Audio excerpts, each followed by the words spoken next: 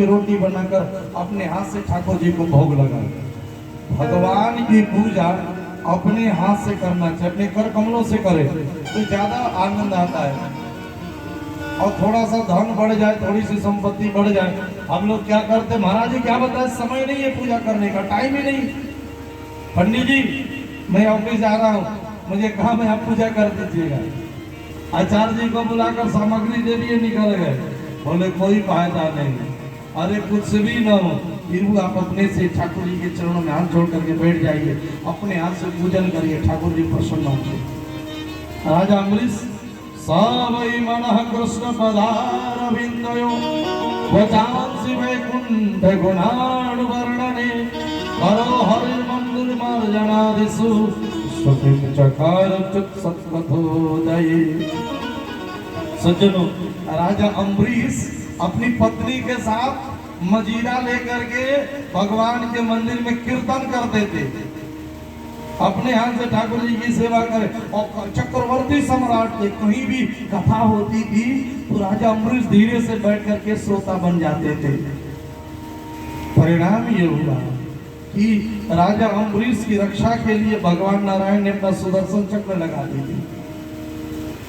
एक बार एकादशी व्रत करके ये पारण करने जा रहे थे, उसी समय दुर्वासा ऋषि आ गए।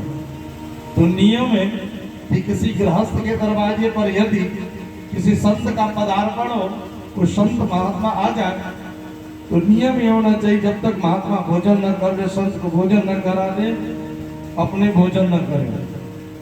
तो राजा अम्बरीश ने निवेदन किया, महाराज अहो भाग्य, अब जैसे संत का पदार्पण हुआ, कृपा करें भोजन हो जाए। दुर्वासा ऋषि ने कहा ठीक है, लेकिन हमें इंतजार करो, गंगा जी में स्नान करके लौट लूंगा। अपने शिष्यों के साथ स्नान करने के लिए गए, देर हो रही थी, पारण का मुहूर्त निकल रहा था। अब राजा अम्बरीश के सामने धर्म संकट कि यदि आए हुए अतिथि को भोजन न कराऊं, अपने भोजन कर लूं, वो भी ठीक नहीं, और यदि पारण का मुहूर्त निकल जाए और तब पारण करूं तो एकादशी का फल नहीं मिलेगा, क्या करना चाहिए। ब्राह्मणों से पूछा तो आचार्यों ने बताया कि ठाकुर जी का चरणामृत पान कर लो, पारण भी हो जाएगा और तिथि का सत्कार भी हो जाएगा। और सज्जनों, राजा अम्बरीश ठाकुर जी के चरणामृत ग्रहण कर लिए। उसी समय दुर्वासा ऋषि आ गए और दुर्वासा ऋषि ने नाराज होकर के कृत्या नामक राक्षसी प्रकट कर दी और छोड़ दिया कि जाकर के इसको दंडित कर। कृत्या जब दौड़ी, ठाकुर जी अपने सुदर्शन चक्र को छोड़ दिए और कृत्या को समाप्त जलाकर भस्म कर दिए।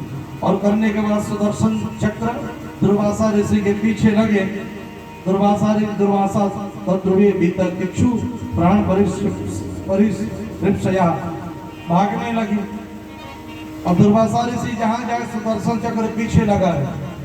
ब्रह्मलोक गए, शिवलोक गए, समस्त लोकों में परिभ्रमण किया, लेकिन सुदर्शन चक्र से मुक्ति नहीं मिली। जहां पीछे मुड़कर देखे तो सुदर्शन चक्र पीछे खड़े। भागते भागते सज्जनों, रास्ते में एक दिन नारद जी मिल गए। नारद जी ने कहा कि कहाँ भागे जा रहे हैं? अरे आप वहीं चले जाइए जहाँ के ये सुदर्शन चक्र है। सज्जनों, भगवान नारायण के शरण में आए और भगवान नारायण के चरणों में तत्पाद मूले पत्ता सवे बधु चरणों में कांपते हुए गिर गए। हे आनंद, हे ठाकुर जी रक्षा करें, मुझे जीवन दान दे, मैं अपराधी हूँ, मैं से भूल हो गई और अनुनय विनय करें कि आप सुदर्शन चक्र को मना करें। और ठाकुर जी ने कहा कि हे दुर्वासा, आपको लगता है कि मैं स्वतंत्र हूँ? ऐसी बात नहीं है।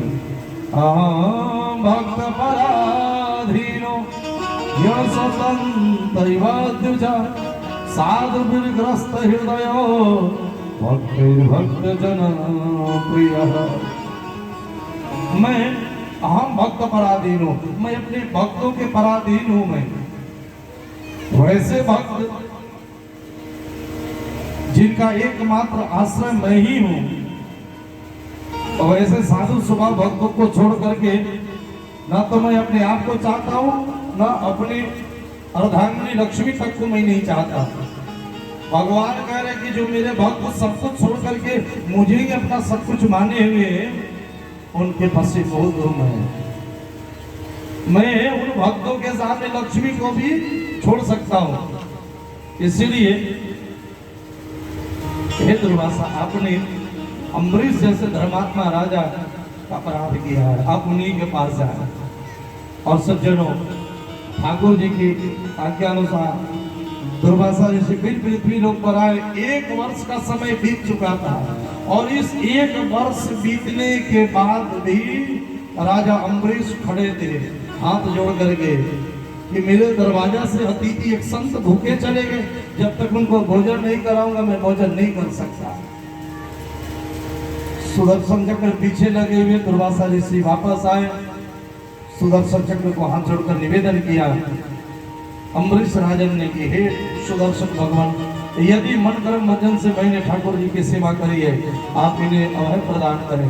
और सज्जनों, राजा की प्रार्थना पर सुदर्शन चक्र वापस गए। दुर्वासा ऋषि की दुख निवृत्ति हुई और भोजन करा करके और सज्जनों चरणों में प्रणाम किए, आशीर्वाद ले। सुखदेव भगवान राजा परीक्षित को आगे की चर्चा सुनाते, राजा त्रिशंकु राजा हरिश्चंद्र की कथा सुनाई। सुखदेव भगवान कहते हैं, परीक्षित